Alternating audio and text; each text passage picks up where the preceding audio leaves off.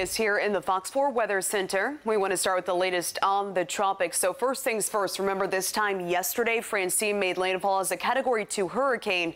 And as of 5 o'clock, it is now post-tropical, now a big rainmaker for parts of the Midwest. Also, we have newly formed as of yesterday, Tropical Depression number 7. We'll get the latest track from the National Hurricane Center here in just a minute.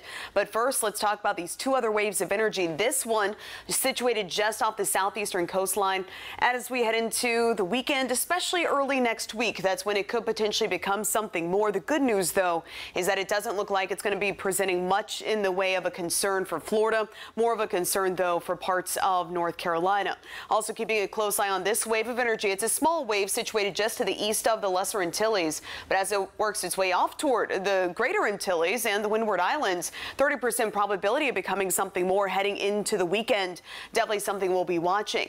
And here's the latest on Tropical Depression number 7, forecast to become Tropical Storm Gordon later on tonight into tomorrow. The good news is that it's expected to maintain weak tropical storm status and remain over the open waters of the Atlantic at least into the early part of next week.